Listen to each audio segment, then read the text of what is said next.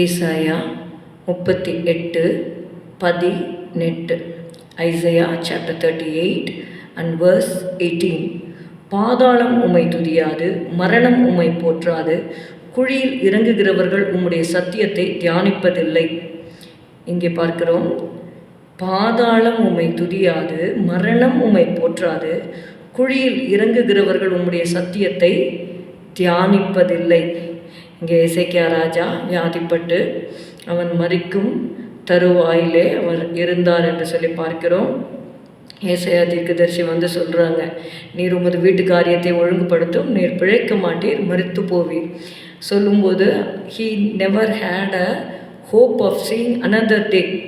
நீங்கள் பார்த்தீங்கன்னா 13வது வசனம், விடியற் காலம் மட்டும் நான் எண்ணமிட்டு கொண்டிருந்தேன், அவர் சிங்கம் போல என் எலும்புகளை எல்லாம் நொறுக்குவார், இன்று இரவுக்குள்ளே என்னை முடிவடைய பண்ணுவீர். So he didn't have a hope to see the next day. அடுத்த நாள் உயிரோடு இருந்து அந்த நாளை பார்ப்போம் அப்படிங்கிற நம்பிக்கை இல்லாமல் அவர் இருந்தது அந்த ஒரு சூழ்நிலையில். ஆனாலும் அவர் சொல்கிறாரு, என் காரியத்தை மேற்போட்டு கொள்ளும் என்று ஜெபிக்கிறார்.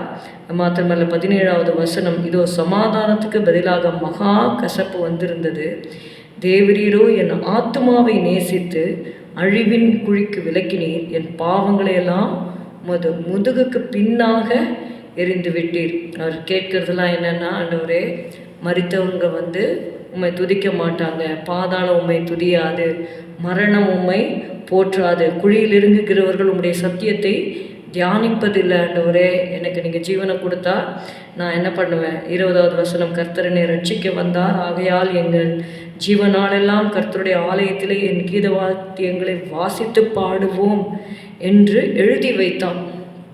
அப்படியாக அவன் ஜீவனை கொடுத்தா இந்த மாதிரி கர்த்தரை துதிக்கணும் அப்படின்னு அவனுடைய மனதில் இருந்ததை பார்க்கிறோம்.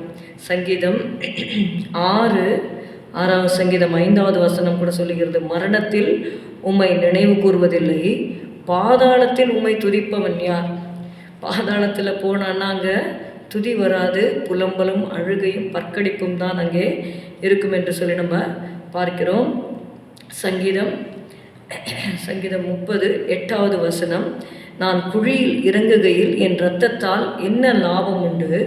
புழுதி உம்மை துதித்து உமது சத்தியத்தை அறிவிக்குமோ என்று வாசிக்கிறோம். சங்கீதம் 88:10, Psalm 88 and verse 10.